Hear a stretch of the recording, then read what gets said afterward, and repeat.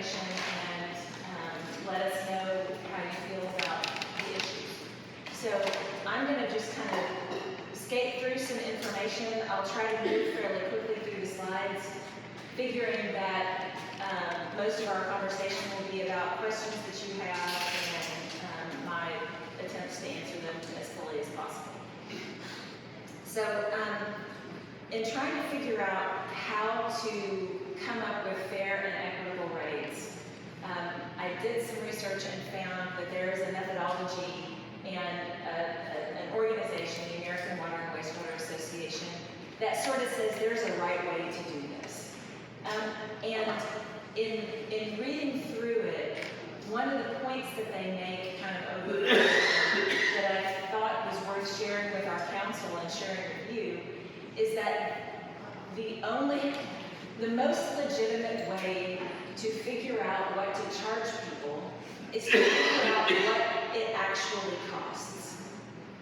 And then charge each group of customers their fair share of what that costs. Unfortunately, too often that's not what cities do. They charge people what they want to pay, which is not the same as what it costs. And over the years, we have been living together in a structure that has become less and less healthy, less and less reliable, less and less functional, because we've been paying what we want to pay, not what it costs to fix the system and run it appropriately. And that is because, frankly, people like me do not want to do this to people like you. We do not want to raise your water rates. We really, really don't. We don't want to make you upset. We don't want to create hardships for businesses or individuals. We really don't want to.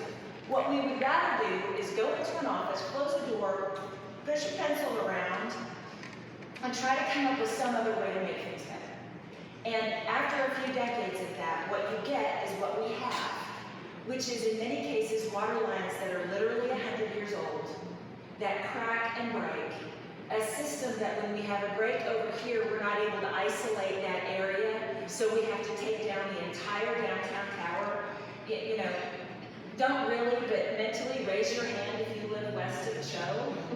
I live west of Cho, right? So that's why we're here. We're here because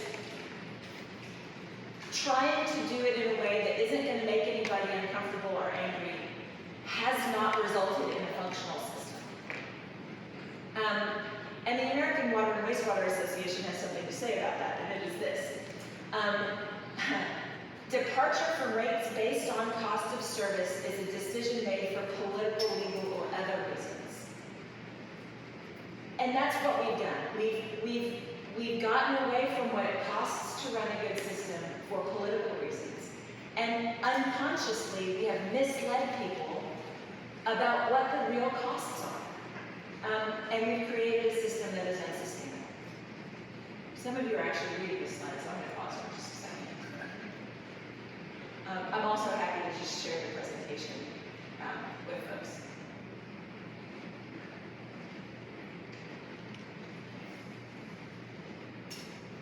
I'm seeing some nods, so I'm going to move on. There are basically 3 steps. Figure out the revenue requirement. What does it cost to provide a service? Figure out the appropriate cost of service for each class or group of customers. And then design a rate that raises enough revenue to meet that required amount and charges each group of customers the appropriate share. So, what is the revenue requirement? Well, that's where the first group of really bad news comes in. Because since we began on the process of discussing this, we've had a couple of sets of unwelcome information. The first of those is that the budgeted amounts of water revenue are higher than the actual amounts of water revenue received. And when we got our audited financials and got the final actual revenue numbers, they're lower than budgeted. So the numbers that we were working with were higher for revenues than what they have actually been. The second is that the Aquila Water Supply District is getting ready to do $50 million worth of improvements to its system, which are needed and also somewhat overdue. Maybe not as overdue as our line work, but needed and overdue. And we rely on Aquila. They supply us with all of our water. That is the entity from whom we purchase our drinking water. All of our water comes from Lake Aquila, is treated at the treatment plant at Aquila Water Supply District, and arrives to our boundary pristine and beautiful, and then it's on us to get it to you and keep it pristine when it comes out of your faucet. So when Aquila does upgrades to their system, we are the majority of their customer base. You know, we're 60% of their users, and what that means is that if they've got $50 million worth of work to do, $30 million of that is us, which translates into $2 million a year of debt service that will be our share. So I'm going to let us all sit with that for just a second. So meeting the revenue requirement overall is an overall increase of something like 140%. Ouch. So moving from there to cost of service, fixed costs and variable costs are about even. So fixed costs meaning the costs that we have that don't vary with the amount of water. Our variable costs are literally the cost of the water. Looking at, so that's, first of all, what are the costs that we're talking about? We're talking about the fixed costs and variable costs. Everybody needs to pay their fair share of the fixed and variable costs, and we pay them in different ways, and we'll get to that. But the other part is, what is the residential share, and what is the non-residential share of all of this water use? So residents historically have used about 41% of the water, but they've paid about 51% of the bill. Moving forward, that is something that we can address with the rate structure, so that residents, if they use 41% of the water, are paying 41% of the costs. Put simply, everyone has been underpaying at this point, but businesses have been radically underpaying. And to give you an example, our largest water user uses 1.9 billion gallons a month. If they are paying less for that water than it costs us to produce it, then we are bleeding money times 1.9 million gallons per month. You can't make that work, and no business in the world would operate that way. You know, Oncor goes to the Public Utilities Commission a couple of times a year and raises rates, because they are analyzing what their costs are to provide service, and they are adjusting that frequently. We have not done an analysis of this level in a long time. Safe to say decades? Safe to say decades. And that comes from a reluctance, like we talked about, to upset everybody. We can't do business like that. No business would do business like that, and we, operating on your behalf, cannot do business like that. We need to do the analysis now, and we need to do the analysis regularly hereafter, so that we get in balance, stay in balance, keep our heads above water, and provide more and more reliable service instead of less and less. So finally, the final step is to design a rate structure that does all of those things, that raises the amount of revenue that we need, meets the rate requirement, and charges the appropriate rate to each different customer group. What we are looking at is a rate that would increase low-volume residential users by about $12. High-volume businesses, however, would go up significantly. So we're talking about, there are businesses right now that we're running the model, and their rates what they're paying in water we're talking about major changes. We looked at some peer cities. Looking at peer cities, and I've got more information about that. I'm gonna skip a lot of it just because I'm not sure how interested we are. We looked at some of the cities around us. They don't necessarily have a lot of our same characteristics. So we went and looked for other cities that were similar in size or maybe a little bit larger, are also old. Because, for example, Belmead is near us and similar in size, but in 1950, they had 800 people living in the city of Belmead. Their infrastructure is new. They've built it all since then. They're not dealing with 100-something-year-old water lines like we are. It's apples and oranges. So cities that are similar to our size and a little bit, or maybe a little larger, have a good mix of residents, but also business and industry, and are old enough to have comparable conditions to us. We came up with Granbury, Taylor, and Mineral Wells. So we reviewed their rates and their rate structures as part of the research going behind this. Looking at our water usage, this is our usage in 2023 by user group. So I told you, so the green is residential. You'll see on the left what residents used, and on the right what residents paid. You can see the yellow is businesses or non-residential. So you can see what they used versus what they paid. So residents have essentially been subsidizing businesses to a certain extent. And this created a big kerfuffle on Facebook. These rates may have been balanced when they were adopted. But if you don't go back and look and periodically rebalance as your businesses, we didn't have a business that was using 1.9 million gallons a month until a couple of years ago. These things are changing. You've got to keep doing the review, or it's going to become less and less balanced over time.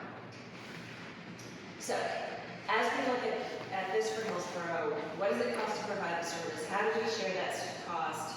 What combination of a base rate and a volumetric rate is it going to take to meet the fixed costs and the variable costs? So this is a little bit more about rate structure. Talked about the 41%, talked about 50% fixed, 50% variable.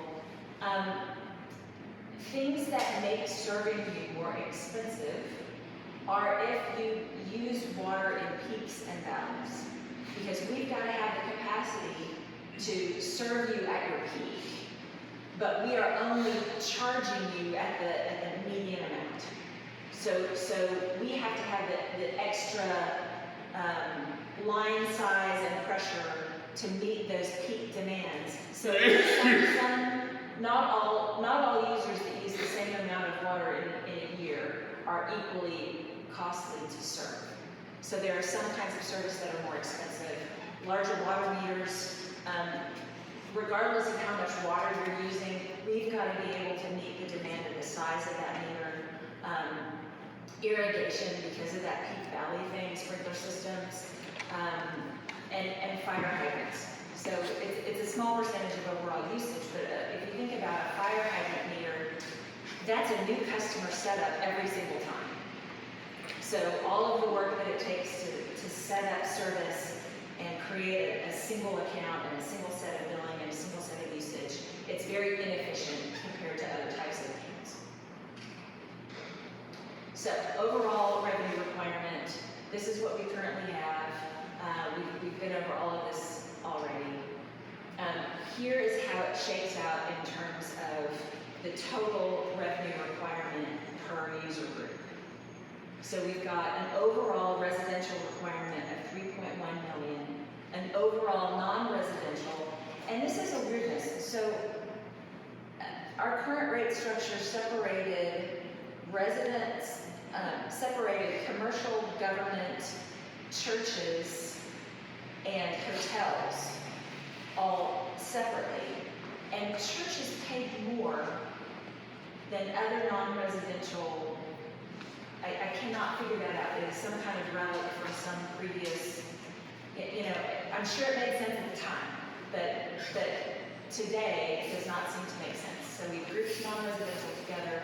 Multifamily service has a whole separate set of issues because they act like residences. The risks in terms of usage mimic the risks of residences, but they're metered like businesses, with large meters and stuff. So that's a separate set. Irrigation, bulk water, that's those fire hydrants we talked about. So this is the revenue that would be brought in with the working draft that we have now, and you can see that it is pretty close. So residential, non-residential, multifamily.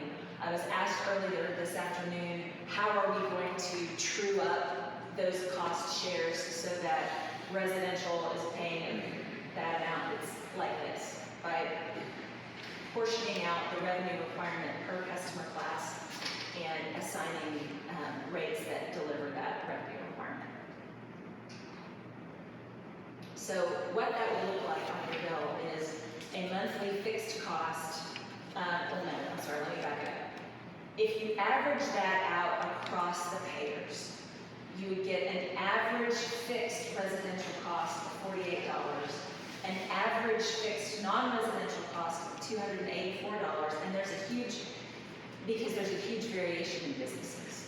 Residents almost all have 0.75 inch meters and mostly use, 90% of residents use well under 20,000 gallons, and I think it's 70% uses under 6,000 gallons a month. Businesses, they're all over that. So that 284 is because there's a huge variation in business rates. Multifamily, irrigation, fire hydrant meters, and then our single greatest water user is IKO. Monthly variable costs average out to $13 per 1,000 gallons. To give you a hint of where we are, currently, if you're using 1 million gallons a month, you're paying $4.50 per 1,000 gallons. So you cannot get from here to there without, some real disruption. So the draft new rates would start for residential at base. So you've got a base rate, that's those fixed costs. And the base rate is to have a meter, is to be connected to a meter connected to our system. That does not include water.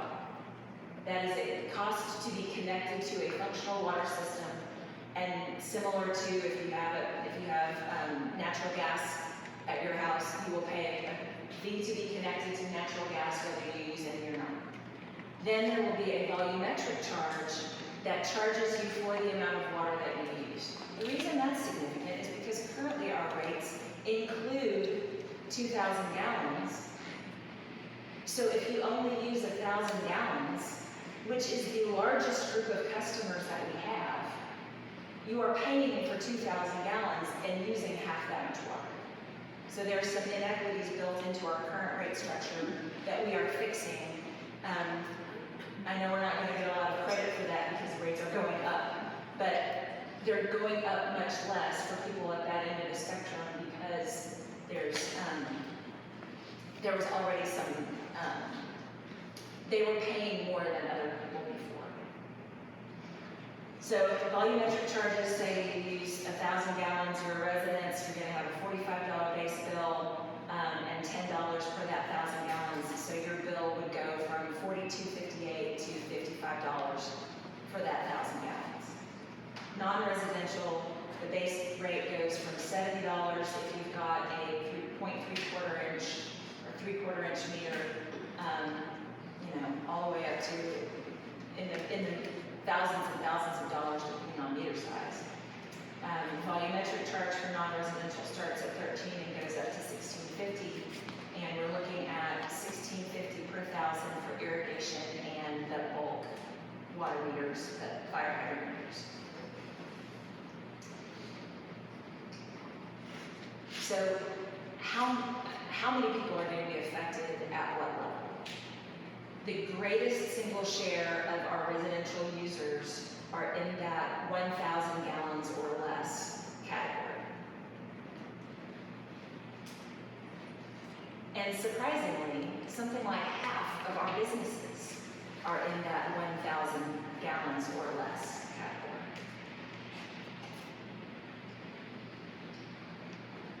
So here's an illustration of what the total bill will look like. We ran numbers on a partial increase, and we ran numbers on the full increase, what we sort of staff are affectionately calling rip off the Band-Aid. So this is what the total bill would do. It would be a 15% increase in the overall bill at that 1,000 gallons of residential usage. So your water would be $45 base plus $10 in volume. Your sewer would be the same, your trash would be the same. This would be your total bill at the end. Here's what it looks like for 2,000 gallons. So you can see it's about a $20 increase, $22.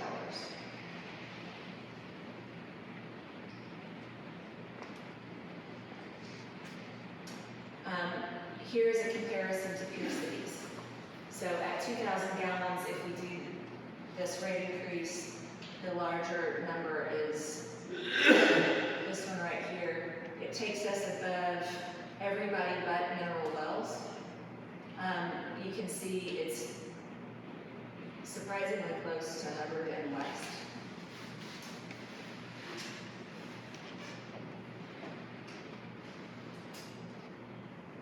At 4,000 gallons, it's a steeper increase.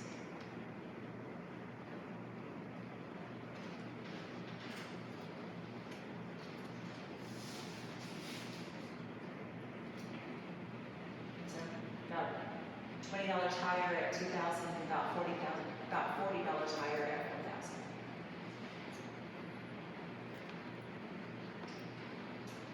And here's a comparison. So the 4,000 gallon number is the gray. So this compares us to the other cities at 4,000 gallons.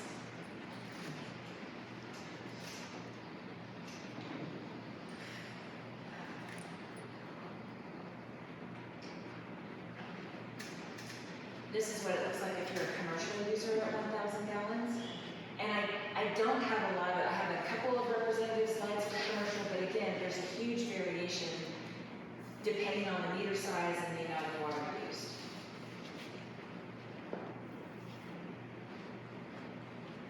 So at the lowest level that about half of our businesses are, it's about a $30 increase. If you're using 20,000 gallons, it's a $250 increase on that total bill.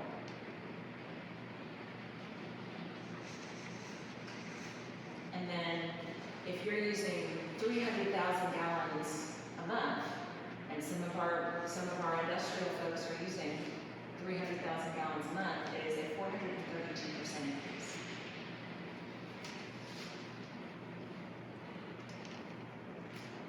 Pretty substantial. And if by any chance you were using water at 1.9 million gallons per month, it would look like this.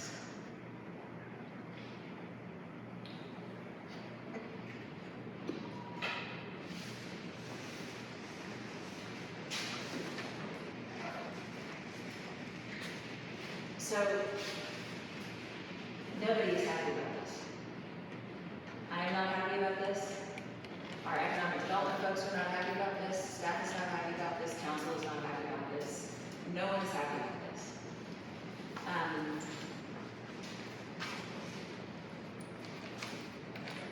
I think we're in a place where it seems to many people that there is a greater risk of not taking action and having things continue to deteriorate, even though both options are very unpleasant. But we are here to explain this to you and hear from you and answer questions, and nothing is set in stone. Our deliberations will be better and smarter if they include what you guys know but we don't know. And so we are here in all humility to say help us understand things that we may not know without your input. And we will consider them as we try to do our best with this decision.